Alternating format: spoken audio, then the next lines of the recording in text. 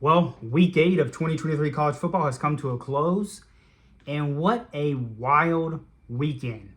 There's a lot of these things I did not expect. Kind of a bad week to be top 10 team if you had to play this weekend. But let's get right into it. We'll start off with the Penn State Ohio State game. Ohio State won 20-12. I took Penn State in this game. I said this year is the year that it's either time to nut up or shut up. That's it. You got to do it eventually. And I took it this year because they looked more dominant in the majority of their games that I've seen them play, even though they haven't played much of anyone. They did kind of look like the better team offensively. Ohio State kind of struggled on defense. They looked a little bit soft in that front seven.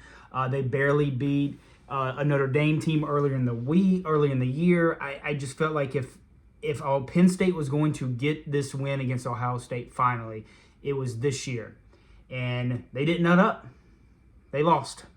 That play looked, I don't know, soft. Settling for too many field goals. I understand in a game like this you want to take points, but you got to score some touchdowns. I mean, that quarterback DLR, he was 18 of 42 for 42% completion rating. 42% completion rating. Completion percentage. 191 yards, only one touchdown. It's just not going to cut it. So Penn State takes their first loss. Ohio State still remains undefeated. I think Ohio State should jump up some. Things could get interesting. Obviously, both of these teams start to play Michigan. Michigan starts to play both of these teams. Could there be a three-way tie in the Big Ten? I mean, could you see a situation where Penn State beats Michigan, Michigan turns around, beats Ohio State? Things could get interesting, but we'll see. Moving right along, you have your Air Force and Navy game. Air Force won that 17-6. Not much to talk about there, kind of typical. Tennessee on the road against Alabama. What happened in this game? Alabama got the win 34-20. I took them to win. I think the spread was 9. They won by 14. I think I took them to win the spread. I thought Tennessee was winning this game at the end of the first half. It was 20-7, and Tennessee looked good. I mean, it wasn't like, Alabama did it. Alabama looked barely average in that first half. I don't know what Nick Saban did to them boys at halftime, but I mean, that was just a horrible, horrible second half by Tennessee. Phenomenal second half by Alabama. You got to give Alabama credit. They stayed in it. They fought hard at home. They found a way to win. They won by 14 points. And then after the game, I hear nothing but a bunch of Tennessee fans talking about the refs. Oh, bad call here, bad call there. Look, I get it. There was some questionable calls in that game yesterday, like there were questionable calls in every single game to have ever been played. But 27 unanswered points isn't the refs. That's on you. You can't give up 27 unanswered points and then blame it on the refs. That's a joke. Very surprising game here. Oklahoma survives at home against UCF, 31-29. They survive a 4-point victory or a 3-point victory. I mean, I don't know what to make of that. I really don't. That was a scary game. They should not have been that close in that situation. Zero defense. UCF is not a bad team, but they should not be about to upset Oklahoma on the road. I don't know how confident I am in Oklahoma moving forward for the rest of the season. They got that big one against Texas, but if I even said after that game, if you put these two on a neutral site field again, I would take Texas. And after seeing the play that they had against UCF, I don't know. That was a scary game. And unless they get the win, they remain undefeated. Now on the flip side of that, Texas also holds on to beat a miserable Houston team. They won 34-24, so they won by 7. Obviously, Quinn Ewers injured at the end of the game. I believe I saw him in a sling towards the end of the game. That's not good. So we'll see with both of these teams moving forward. There's everything in front of both of these teams. Still a chance to make the playoff. Obviously, still a chance to win that conference there. We'll see moving forward. But I didn't really like what I saw from either one of these teams, especially Oklahoma. And I will say that I didn't get a chance to watch much football yesterday because I was at a wedding. Don't do fall weddings. My sister's wedding is next weekend, and it's on a Saturday. and it's during the Georgia-Florida game, guys, don't have fall weddings if you want anyone to come to it. But I got to go to support my sister. So moving right along, another close games to me. Well, this one wasn't really close. The score didn't end up being really close. Washington State on the road against Oregon. Oregon won 38-24. Close call, I guess you could say, but they did find a way to win by 14. Just again, not a great game that you want to see. This is the nitty-gritty time. This is when things start getting real. I mean, this is make or break. I mean, every game is make or break in college football world today, but this is the time where it gets real. You want to start seeing teams put it together. Everything that the mistakes that they made in the beginning of the season, this is where you want to see teams start putting it together and look solid. Oregon didn't really do that. But also on the flip side of that, Washington should have lost that game at home against what is Arizona State, 1-5? A horrible Arizona State team. Washington won 15-7. They put up 15 points. There were only 22 points scored in this game with one of the highest scoring offenses in the country, with one of the best quarterbacks in the country. Through both of these teams, they only put up 22 points. I mean, give the hats to the defense, I guess, but I mean, what happened? What actually happened to this Washington offense? Did they just not show up for the game? Michael Penix Jr. was 27-42 with a 64 completion percentage, 275 yards, but here's the thing. He had 2 interceptions and no touchdown passes. I think he fumbled the ball because I think he had 3 turnovers, 2 of those being interceptions, 1 a fumble, but no touchdown passes. He played horrible yesterday. I don't know what it was. Arizona State almost had their number. I mean, they had a late fourth quarter interception that they returned to the house, a pick 6, but they settled for 3 field goals. I don't know what to make of that. That's all my confidence in Washington now. I mean, is gone. If they are lucky that they got that game at home and it was against Arizona State. If Michael Penix Jr. comes out and plays like that against a team with any offense, they're taking an L right there. They're taking an L. That's scary. So both of those teams, both the Oklahoma and Texas, and then the results of the Oregon-Washington, just not good. Not good at all. So we still got a lot of football left to play. Moving right along, South Carolina on the road at Mizzou. Mizzou gets a big win, 34-12. Another loss for Shane Beamer and the South Carolina Gamecocks. I don't really know what to make of that. I do think Shane Beamer is a good fit culture-wise for that, but he's just got one of the toughest schedules year in, year out. But after a while, you can't use it as an excuse. He's got to start getting some wins. He's got to. He is, 3-4 on the season now, something along those lines. He's lost to Mizzou. He had that horrible loss last week against Florida. I mean, what more do these boys have to play left at this point? They've already got that loss to Georgia, which was expected. They played Georgia close, but they still lost. Shane Beamer's got to get something figured out quickly, because those South Carolina fans aren't going to wait around forever. But on the flip side of that, Mizzou's looking good.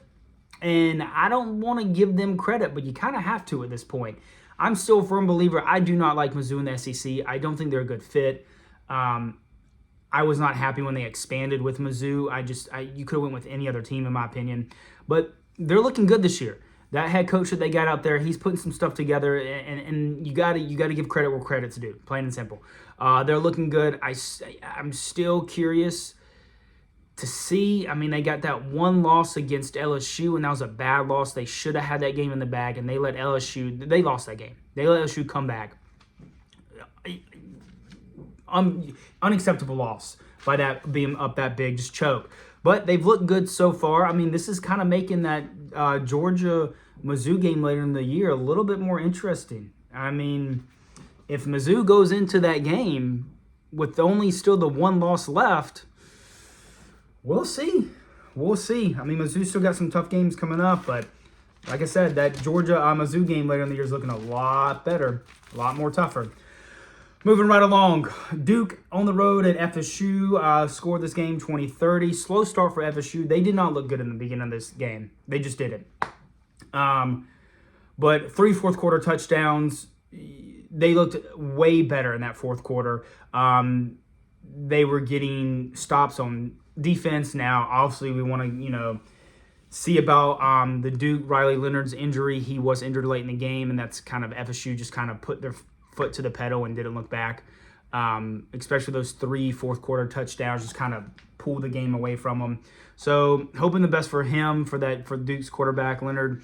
But FSU finds a way to hang on home. They're still undefeated. Like I said, didn't look too good in the beginning of the game, but they got the win. That's all that matters. In that fourth quarter, they looked really dominant. Michigan on the road against Michigan State, 49-0. I mean, at this point, Michigan is one of the best-looking teams in the country. I know that their schedule has been very soft all year. Go back and look at who they played. Not a whole lot. I mean, their season doesn't get tough until they play Penn State. And then obviously the Ohio State game at the end of the year. But, I mean, Michigan looks the most complete. They do, plain and simple. Now, I understand Michigan State they're not a good team, especially with the loss of their coach, with all that scandal going on. I expected Michigan to win this game and win this game big. I think I even had them covering in my preview. I can't remember. I know it was a lot of points, but I had them winning big. We'll see. I think at this point, I mean, are you looking at a Georgia-Michigan national championship game? You very well could. Michigan, if you don't have Georgia at number 1, I think you can make the case for Michigan at number 1 as well. If those two aren't your top 2, I think you're doing something wrong. Because every team has had flaws this season. Every team. No team has looked purely dominant. But I think the team that has looked the best maybe is Michigan. So we'll see. We'll see how they do against Penn State and Ohio State. I think they win that conference again. I think they beat both of those teams. I think they go into the playoffs undefeated. But you never know. Let's go. LSU taking on Army, 62-0 win. I mean, what do you expect? LSU still in the running for the SEC. They got the one loss there against Ole Miss. If they go down and beat Alabama, kind of as long as they win out, they can still make the SEC championship. Speaking of Ole Miss gets a win on the road against Auburn, 28-21. Is Ole Miss still in the SEC race? Kind of. They need a couple things to go their way. They have the one loss. They're 6-1. Their one loss being against Bama, obviously a SEC conference opponent. So they need Bama to lose 2 more times. I don't know if I see that at this point. It still could be possible. They still have to play LSU. They still have to play Kentucky. I'm telling you, Alabama fans, do not overlook that Kentucky game. It's in Lexington. Do not overlook it. They still have to play Auburn. The Iron Bowl is a wild game every year. So there are still games on the schedule that Alabama could lose. But outside of that LSU game, I don't know if I really see Alabama's looking better. And Jalen Milroe is looking a little bit better. They're kind of starting to put things together. It kind of almost seems like they know that they aren't just the dominant, nitty-gritty, like just obliterate everyone in front of them kind of team this year. And they're finding ways to win. And maybe that's their identity. But we'll see. I mean, things could get interesting in the SEC West, depending on, if Alabama catches another losses. But mathematically, Ole Miss is still in it. Like I said, it was a good win they got against Auburn yesterday. They need a couple things to go their way, but they're not out of it. So we'll see moving forward. Moving right along, I got a couple more I want to go through. Virginia and UNC. What did you do, North Carolina? One of the worst Power 5 schools this year. Virginia's 2-5. They were 1-4. Or 1-5, my bad. 31-27 loss at home for UNC. And it is an unacceptable loss. A late fourth quarter touchdown puts Virginia in the lead. I was not expecting that. I wasn't. I mean, that's just same with that Duke game. I didn't write it down, but the same way with that Duke game. Just what happened? What happened? I knew that UNC was probably going to catch a loss here and there, but not against Virginia.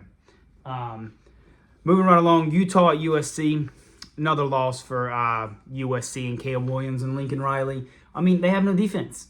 That's 2 straight losses in a row. That's 3 straight losses against Utah. Utah finds a way, even with their quarterback out. They find a way to beat USC. USC, I do not want to hear for the next 10 years that USC is back, because they will never be back.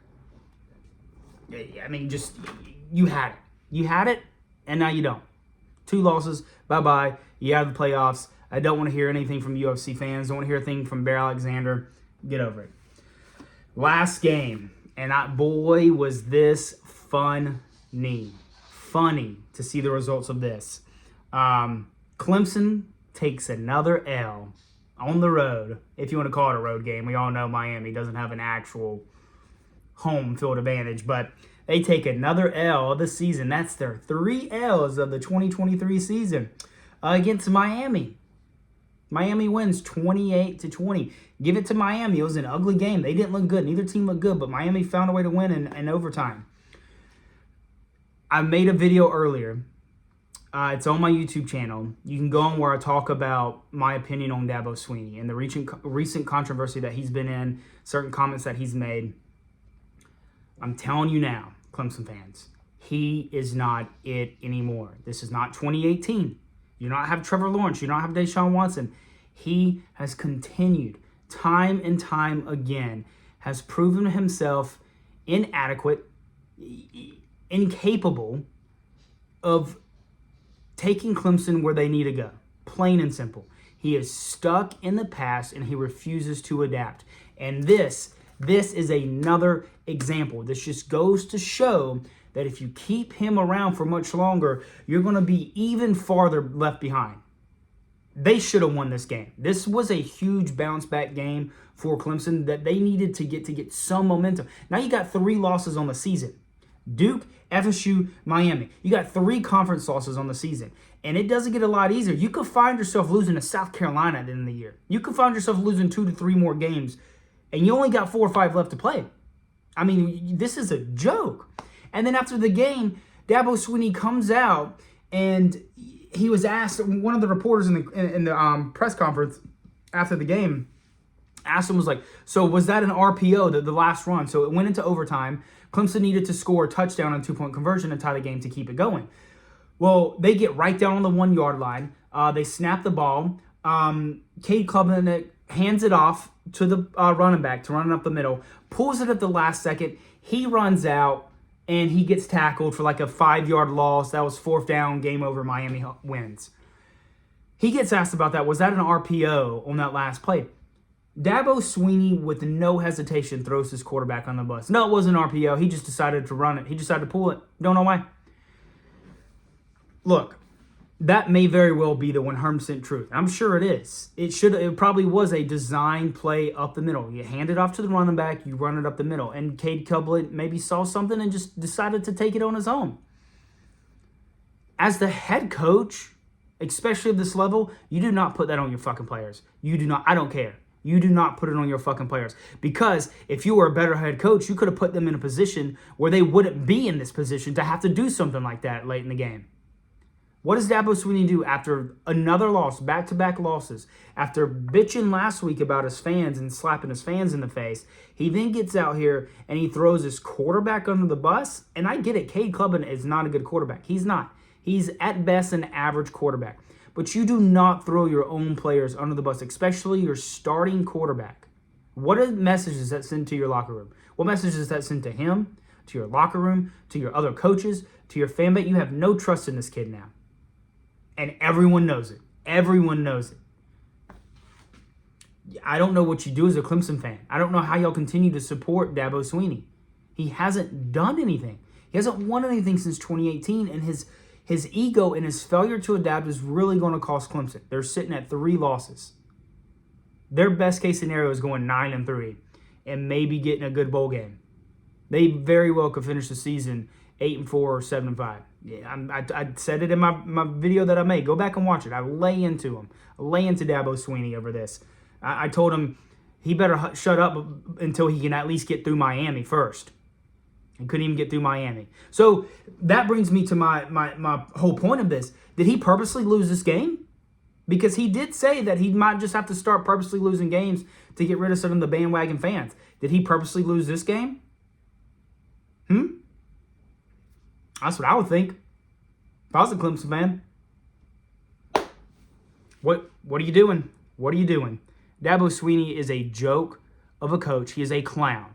And the longer, Clemson, I'm telling you, the longer that y'all keep him employed there as a head coach, you will slip further and further into the abyss. 3 losses. Miami beat you. Miami beat you. What a joke. But that is my recap of the Week 8 games. I know there's a lot of other games I didn't get into. I would love to sit on here and talk about games. This video could be 2 hours long if I really wanted to. But like I said, I just wanted to kind of talk about a lot of the top 25, some of the bigger games. I was at a wedding over the weekend, so I didn't get to watch as much football as I wanted to. But nonetheless, it was a good weekend of games. I'm excited for this next week. I will do a recap, or not a recap, a preview and prediction of all the games coming up this weekend. Hopefully I can watch a little bit more football, even though I got another wedding to go to. But we'll see. Things are getting interesting. Things are getting tight. We're getting down to the nitty-gritty time of the season. And things are heating up. Other than that, over and out.